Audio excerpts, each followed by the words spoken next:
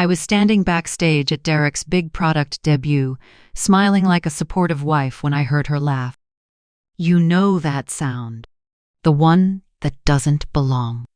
High-pitched, intimate, the kind of laugh a woman reserves for a man she's sleeping with. It cut through the hum of the crowd like a siren, and my blood went cold. The curtain separating backstage from the green room was thin, one of those cheap velvet things they use at corporate events. I could see shadows moving on the other side. 2 figures. Close. Too close. I should walked away. I should have gone back to my seat in the front row where I'd been sitting for the past hour, clapping politely while Derek's colleagues kissed his ass and told him how visionary he was, how this new tech launch was going to change everything. But I didn't walk away. I stepped closer, and that's when I heard his voice. After this, we go upstairs. Derek's tone was low conspiratorial. The voice he used to use with me back when we still had secrets that felt exciting instead of poisonous. Don't worry, he continued, and I could hear the smirk in his words. She's too busy playing the perfect wife. My hand was on the curtain before I even realized it. I pulled it aside, and there he was. My husband, Derek Chen. 38 years old, Yale MB, self-made CEO, the man I'd supported through every late night, every investor meeting, every failure and pivot and breakthrough. The man I'd believed in when no one else did. He had a woman pinned against the wall. Young, mid-20s, maybe. Sleek black dress, red lipstick smudged at the corner of her mouth. His hand was on her waist. Hers was tangled in his hair. They were kissing deep, hungry, the kind of kiss that says, "This isn't the first time." The crowd outside erupted into applause. Derek's keynote had just ended. They were chanting his name. Derek, Derek, Derek. But all I could hear was the blood rushing in my ears. He pulled back from her, grinning, and that's when he saw me.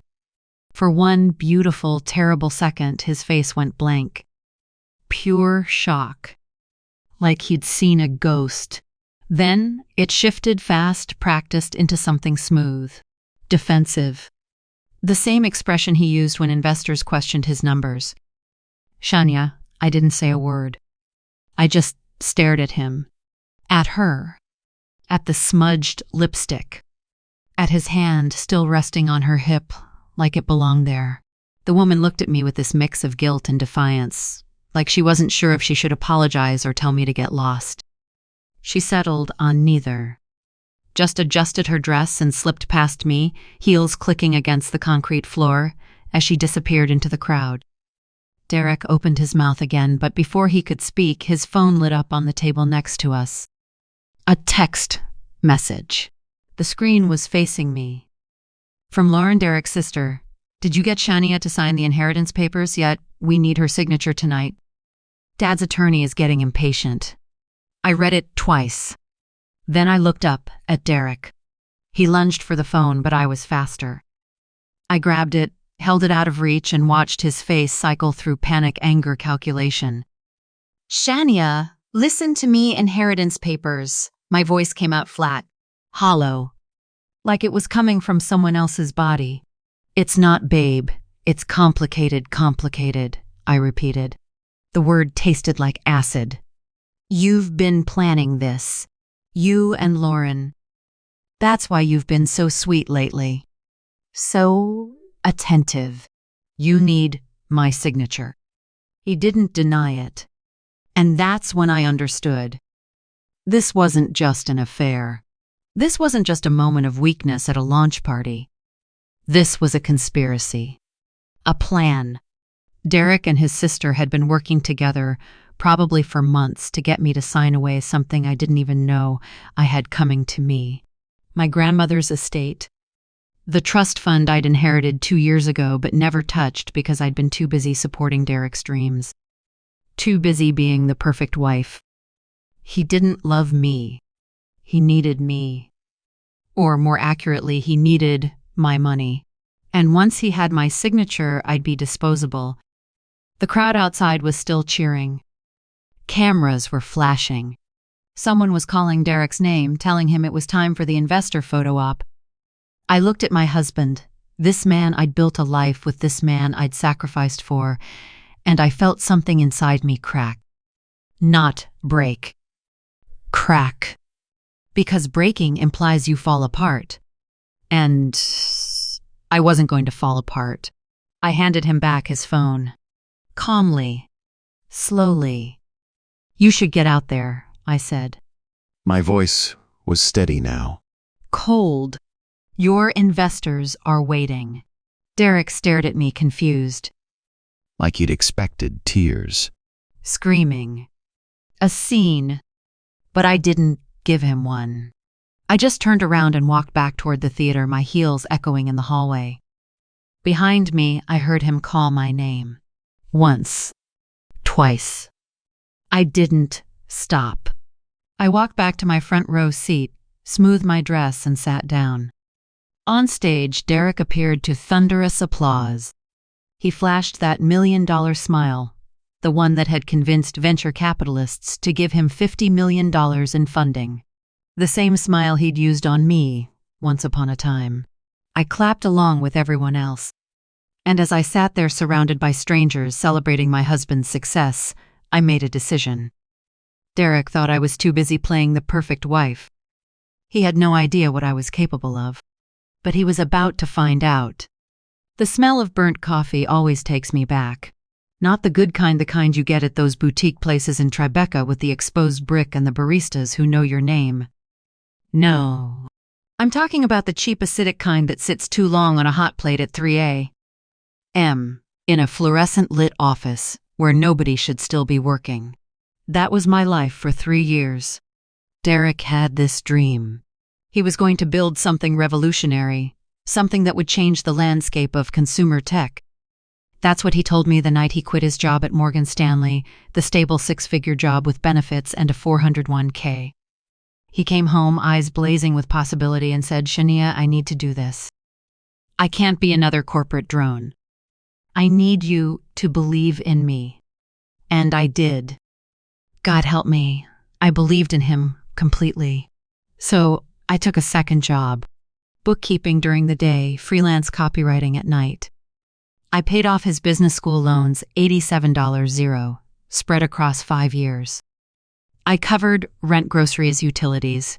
I sewed buttons back onto his shirts because we couldn't afford dry cleaning.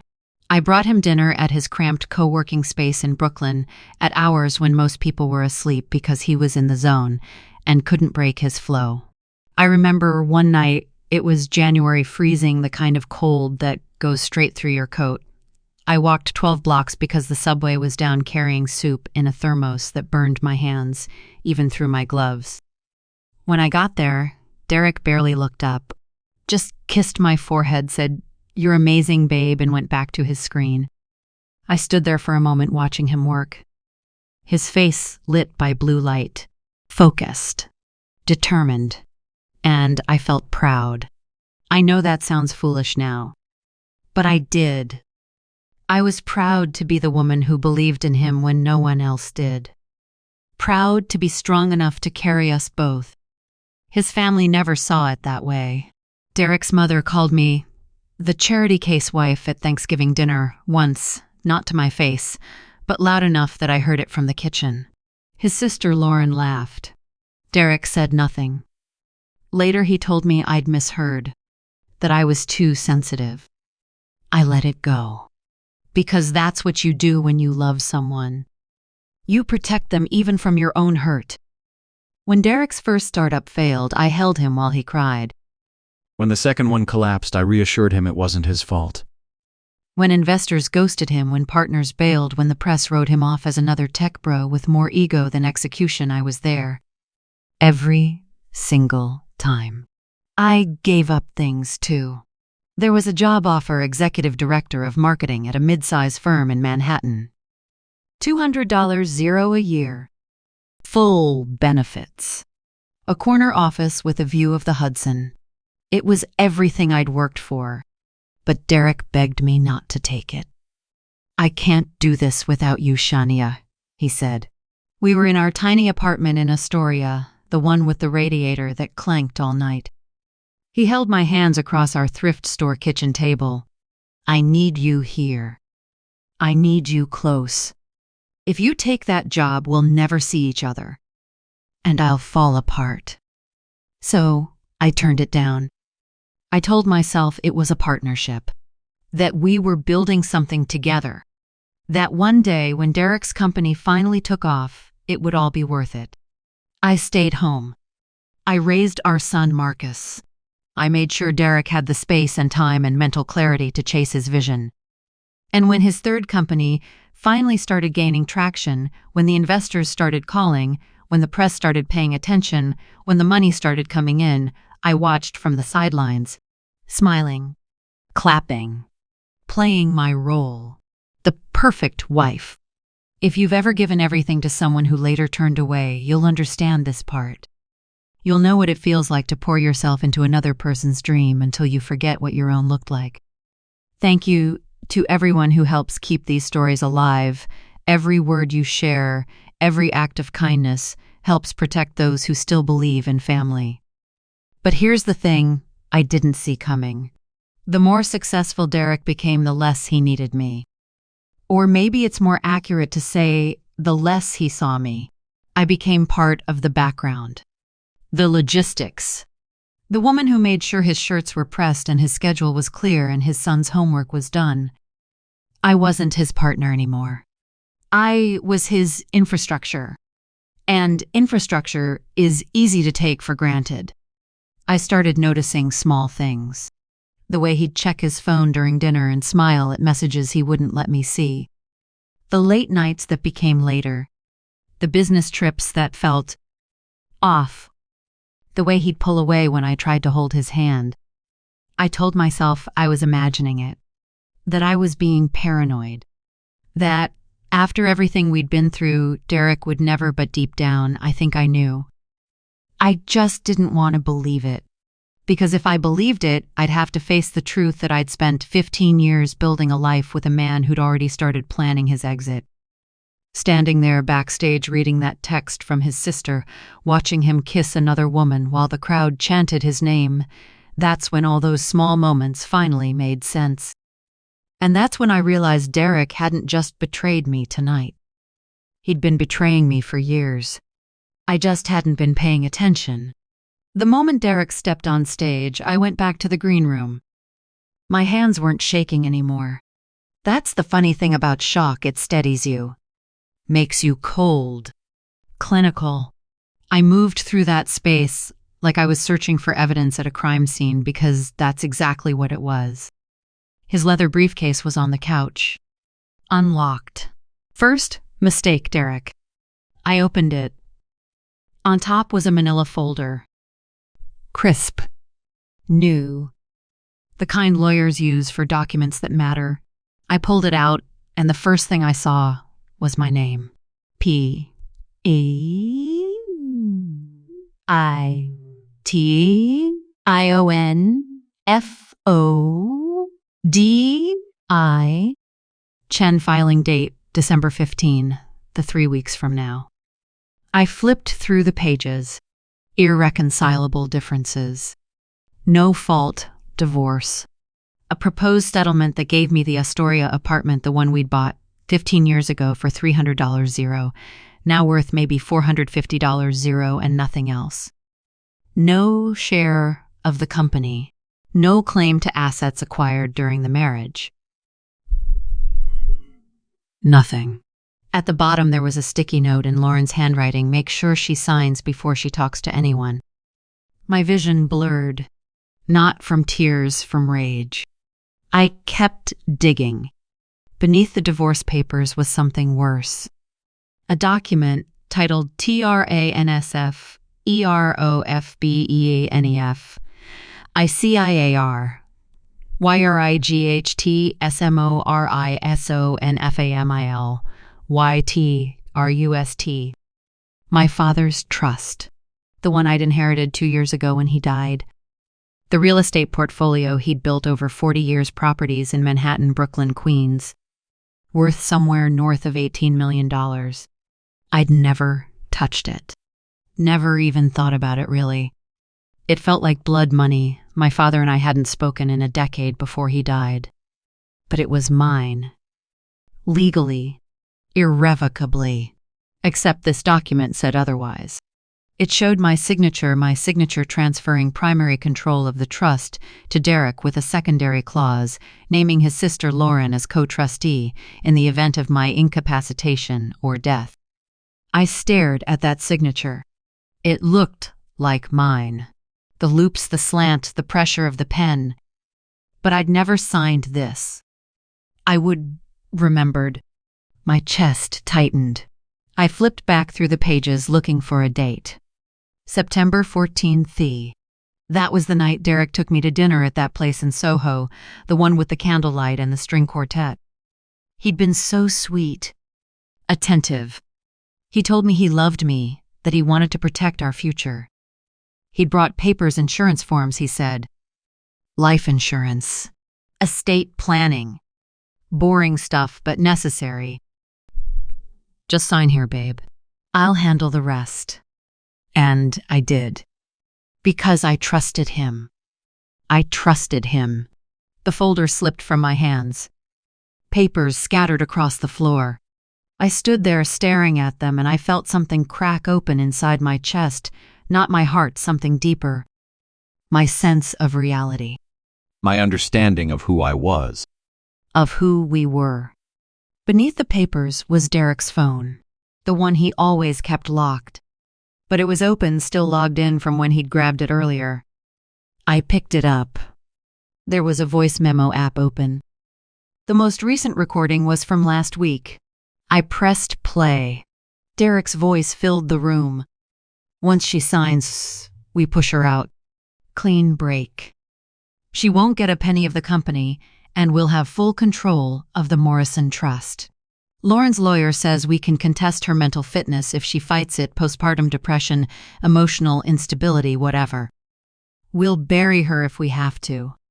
Another voice. Lauren's. What about Marcus? He's on our side. I've been working on him for months. Kid thinks his mom's a martyr. Thinks she gave up her career to trap me. He won't fight for her. A pause. Then Lauren again, laughing. Women like Shania don't understand money. They think love is enough. Derek's laugh joined hers. Yeah. Stupid, right? The recording ended. I stood there in the silence holding his phone, and I realized something. This wasn't an affair. This wasn't a moment of weakness, or a midlife crisis, or a marriage gone stale. This was a plan. A calculated, methodical plan to take everything I had, my inheritance, my son, my dignity, and leave me with nothing. And Derek had been executing it for over a year. The door opened behind me. I didn't turn around. Shania, Derek's voice. Cautious. What are you doing in here? I finally looked at him. He was still wearing his microphone pack. Still had that glow of someone who'd just delivered a flawless performance. His eyes flicked to the papers on the floor, to the phone in my hand. His face changed. Babe, listen, don't, I said. My voice came out flat. Empty. Like all the sound had been drained from the room. Derek stepped closer. You don't understand. It's complicated. The trust, the company, it's all tied up in legal. You forged my signature. He stopped. You planned to divorce me, take my inheritance, turn my son against me. I held up the phone. I heard the recording, Derek. For one long, terrible moment, he said nothing. Then he smiled. Not a guilty smile. Not an apologetic smile. A cold, calculated smile. So what are you going to do about it? He said. And that's when I knew. He didn't think I had any power. He thought I was broken, beaten, that I'd cry, maybe beg, maybe even sign whatever he wanted just to make the pain stop. He thought I was still the woman who'd brought him soup at 3 a.m. But I wasn't her anymore. If you've ever trusted someone so deeply that their betrayal made you question your own worth, you're not alone. Thank you, everyone who helps me tell these stories. Your support keeps this space alive for those who still believe that truth somehow will always find its way. I set the phone down gently on the table. You're right, Derek, I said. It is complicated. Then I picked up my purse and walked out. Behind me, I heard him calling my name. I didn't stop. Not this time. The subway at midnight smells like metal and regret. I sat in the last car, staring at my reflection in the black window across from me. The fluorescent lights overhead flickered on-off on casting my face in and out of shadow. I looked like a stranger. Hollow eyes, smudged makeup. A woman I didn't recognize. The launch party had ended 2 hours ago, but I could still hear Derek's voice ringing in my ears. Why are you even here? This is MY night. He'd said it loud enough that people turned. Investors. Colleagues. That woman, the one from backstage standing just behind him with her hand on his arm, smirking like she'd already won. I'd stood there frozen while 200 people watched me become invisible. Someone whispered. Then, someone else. The sound spread like wildfire through the room. Did you hear that? Oh my God, how humiliating, poor thing. Well, you know how these tech wives are. They get so desperate when their husbands outgrow them. I didn't cry. I didn't scream. I just walked out. Into the November cold. Into the Manhattan night that smelled like exhaust and roasted nuts from the street cart on the corner. Into the kind of loneliness that makes your chest ache. Now on the train, I watched the stations blur past. Union Square. 14th Street.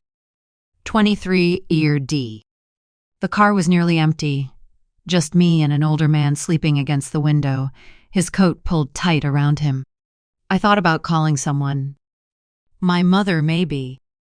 But we hadn't spoken in 6 months, not since she told me I was foolish for staying with Derek after his second startup failed. That man is using you, Shania. Wake up. I didn't want to hear I told you so. I thought about calling my old college roommate, but she'd moved to Seattle 3 years ago and we'd fallen out of touch. I thought about calling my son. But Marcus had already chosen sides. My phone buzzed in my hand. A text from him. Marcus' dad says you're acting difficult. Please don't ruin things for him. This launch is a big deal. I read it 3 times. Please don't ruin things. My son. My baby. The boy I'd stayed home to raise, the one I'd sung to sleep every night for 6 years, the one I'd driven to soccer practice and piano lessons and science fairs. He thought I was the problem. I typed a response, deleted it, typed another. Marcus, your father is lying to you. There's so much you don't know. But I didn't send it. What was the point? Derek had already poisoned him. Slowly, carefully. Months of late-night conversations of your mom doesn't understand business. She's holding me back she's unstable. I locked my phone and put it in my purse. The train rattled into Astoria. I got off and walked home through streets I'd walked 1,000 times. Past the bodega where I bought milk. Past the park where Marcus learned to ride a bike. Past the diner where Derek and I used to have breakfast on Sundays back when we still talked.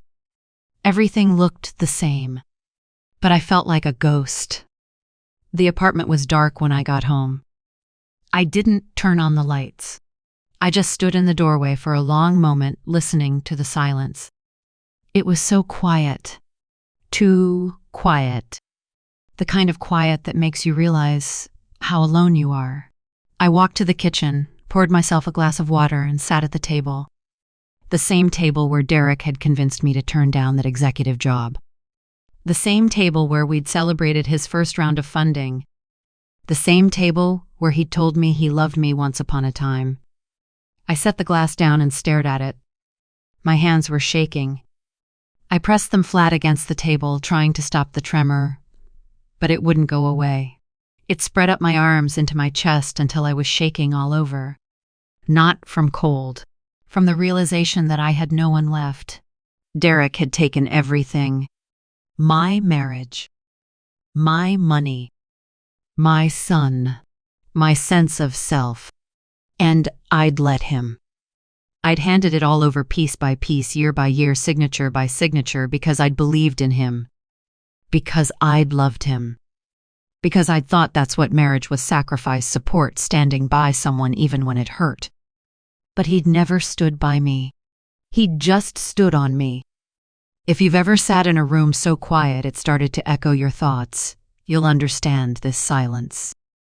Thank you to those who help keep these stories alive. Your kindness helps give voice to people who've been forgotten, who sit alone in their pain, waiting to be seen again. I don't know how long I sat there. Minutes. Hours. Time stopped meaning anything. At some point, my phone buzzed again. Another text. I didn't want to look, but I did anyway. It was from Derek. Derek, we need to talk. Don't do anything stupid. I stared at those words. Don't do anything stupid. Like he was already preparing for a fight. Like he already knew I'd found the papers, heard the recordings, seen through his lies, and he was getting ahead of it. Controlling the narrative. Protecting himself. I set the phone down, and for the first time all night I felt something other than pain.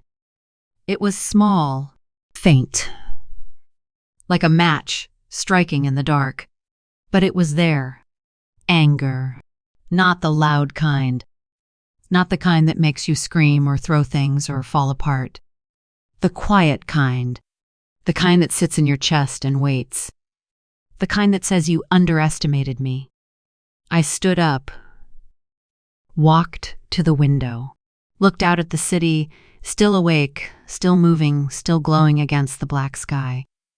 Somewhere out there, Derek was celebrating, toasting his success, kissing that woman, planning his next move. He thought he'd won. He thought I was broken. But sitting there in the dark, in the silence he'd left me with, I made a decision. I wasn't going to cry anymore. I wasn't going to beg. I wasn't going to disappear. I was going to fight. And I was going to win. There comes a point when silence stops meaning defeat. It becomes preparation. I sat at the kitchen table the morning after meeting Gerald, watching sunlight filter through the curtains in pale gold strips. The apartment was quiet. Derek had left early for a breakfast meeting or so, he said.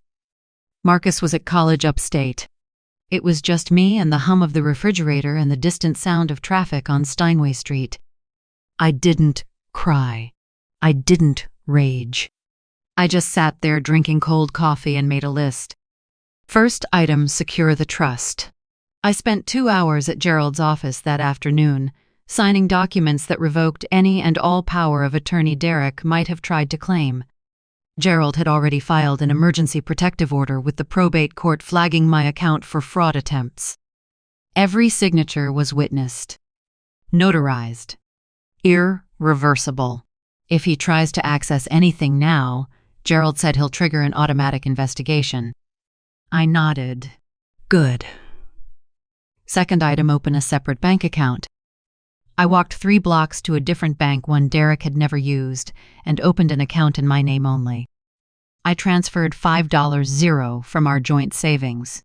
Not enough to raise alarms. Just enough to survive if I needed to disappear. The teller smiled at me. Starting fresh, something like that, I said. Third item, copy everything. That night, while Derek was in the shower, I went through his briefcase again. This time, I didn't just read the documents, I photographed them. Every page. Every email.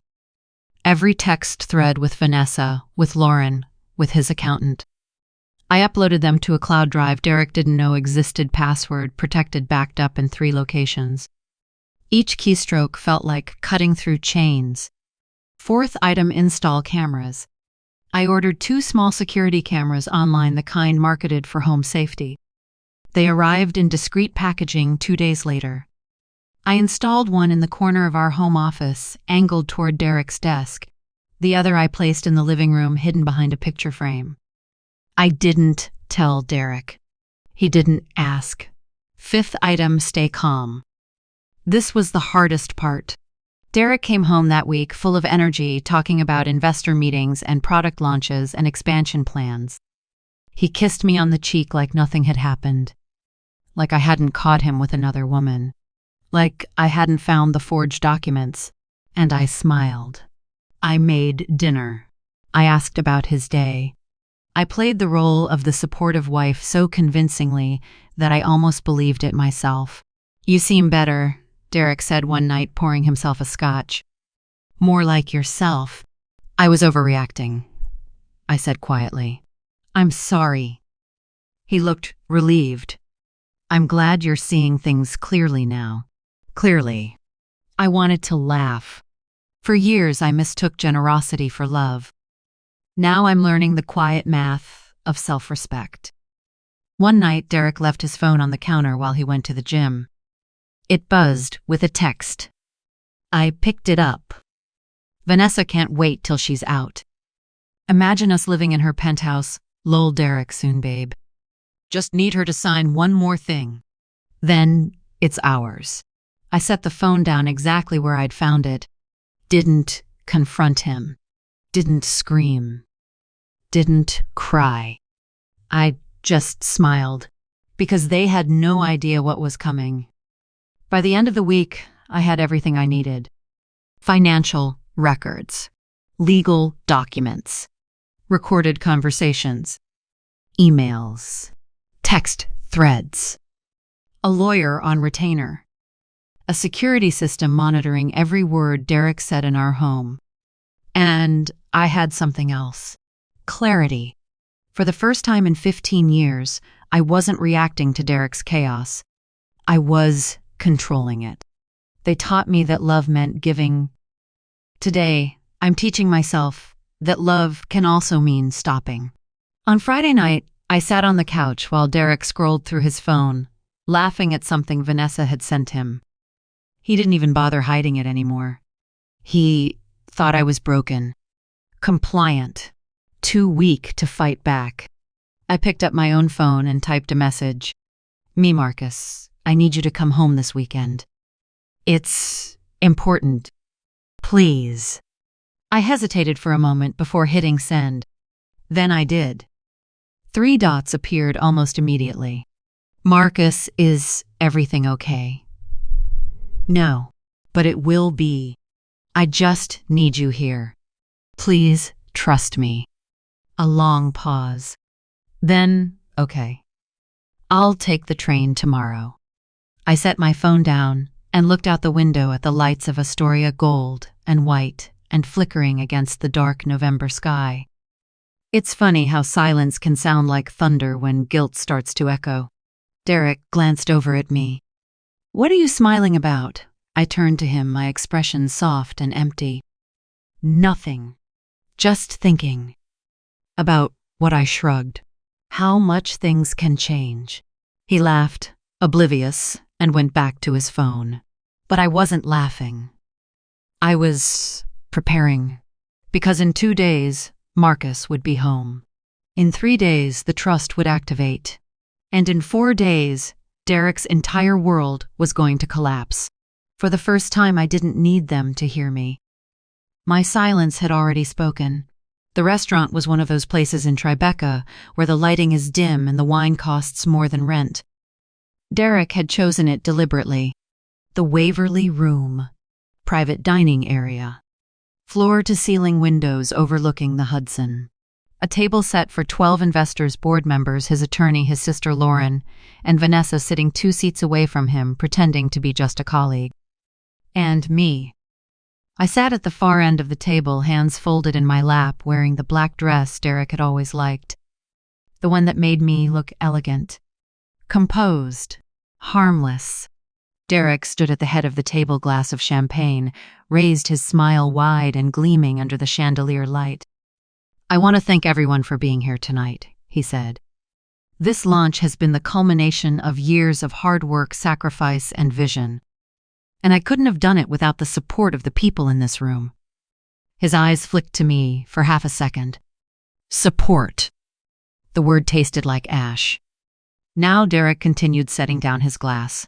There's one last piece of business before we celebrate. He gestured to his attorney, a sharp-faced man in a gray suit who slid a document across the table toward me. Shania, Derek said, his tone gentle, patronizing. This is just a formality. Estate planning paperwork. We talked about this. Remember, it protects both of us. I stared at the papers. Everyone was watching me. Lauren smirked from across the table. Vanessa sipped her wine, barely hiding her smile. Derek leaned forward, lowering his voice, like he was speaking to a child. Just sign it, babe. Then we can all enjoy the evening. I looked up at him, and I smiled. Before I sign anything, I said, quietly, I have a presentation of my own. The room went still. Derek's smile faltered. When I pulled a small remote from my purse and pressed a button, the flat-screen TV mounted on the wall behind Derek flickered to life. His face appeared on the screen. Not now. A recording. From our home office 3 nights ago. Derek's voice filled the room, clear and unmistakable. Once she signs, we push her out. Clean break.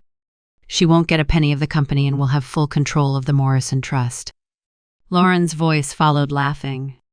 Women like Shania don't understand money. They think love is enough. Then Derek, again coldly amused. Yeah. Stupid, right? The room erupted. Gasps. Whispers. Chairs scraping against the floor. Derek spun toward the screen, his face white. Shania, what the hell? I pressed the button again. The screen changed. This time it was a text thread between Derek and Vanessa. Vanessa can't wait till she's out. Imagine us living in her penthouse, lol. Derek, soon, babe. Just need her to sign one more thing. Then it's ours. Vanessa's wine glass slipped from her hand, shattering on the table.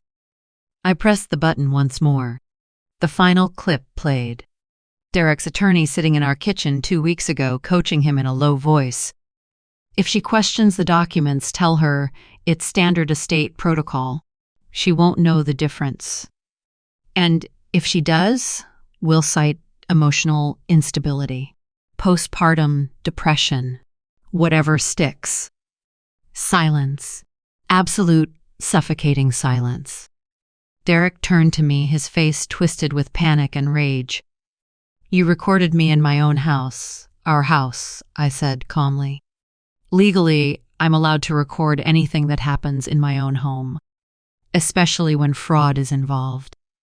One of the investors stood up, his chair scraping loudly. Derek, what the hell is this? Derek opened his mouth, but no words came out. I stood slowly and pulled a thick folder from my bag. I set it on the table in front of him. This, I said, my voice steady and cold, is a notarized revocation of any power of attorney, proxy access, or legal claim you might have attempted to assert over my inheritance. As of 9 a.m. this morning, I am the sole controller of the Morrison Family Trust. You have no legal access to anything I own. Derek stared at the folder like it was a bomb. And this, I continued, sliding a second document across the table, is a fraud report filed with the district attorney's office. You forged my signature on a trust transfer. That's a felony, Derek. His attorney stood abruptly. I had no knowledge of your on the recording, I said flatly, advising him how to manipulate me. The attorney grabbed his briefcase and walked out without another word. One by one, the investors followed. Lauren sat frozen, her face pale. Vanessa was already gone. Derek looked around the empty room, his empire crumbling in real time, and finally turned back to me. Shh, he whispered, his voice breaking. Please, we can fix this. I picked up my purse. No, I said. We can't. The door opened behind me. Marcus stepped in. His eyes were red. He'd been crying, but his jaw was set, his shoulders straight. Dad, he said, his voice shaking. How could you? Derek reached for him. Marcus, son, listen. Marcus stepped back. I heard the recordings, Dad. All of them. He looked at me, his face full of guilt and pain. Mom, I'm so sorry. I didn't know. I should have. I crossed the room and hugged him. He was taller than me now, but he folded into my arms like he was 6 years old again. It's okay, I whispered. You're here now. That's all that matters. Behind us, Derek stood alone in the empty restaurant, surrounded by shattered glass and broken lies. I didn't look back. Justice doesn't need to be screamed. It just needs to be spoken at the right time. And tonight, the truth had spoken loud enough for everyone to hear. After the verdict, silence became my favorite sound. It was the sound of justice finally breathing. I didn't need to watch Derek's world collapse. It happened on its own, slowly, inevitably, like a building with a rotten foundation finally giving way. The investors pulled out first. Within 48 hours of that dinner, Derek received 3 emails, cold corporate final. They cited ethical concerns and reputational risk. His funding evaporated. The product launch he'd spent 2 years building postponed indefinitely. The company he'd sacrificed everything for, my marriage, my trust, my years, was now worth nothing. His board of directors held an emergency meeting. They voted him out. Unanimous. Vanessa was next. I heard through Marcus that she'd left Derek the morning after the recordings went public. No dramatic goodbye. No tearful apology. Just a text, "This isn't what I signed up for." Turned out Vanessa hadn't been in love with Derek. She'd been in love with what she thought he could give her. The penthouse. The lifestyle. The wealth. When she realized there was no inheritance to steal, no fortune to share, she disappeared like smoke.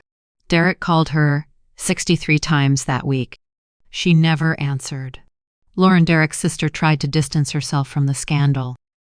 She released a statement through her lawyer claiming she'd been misled by her brother, that she had no knowledge of the forged documents or the conspiracy. But the recordings didn't lie. Her voice was on them. Clear. Laughing.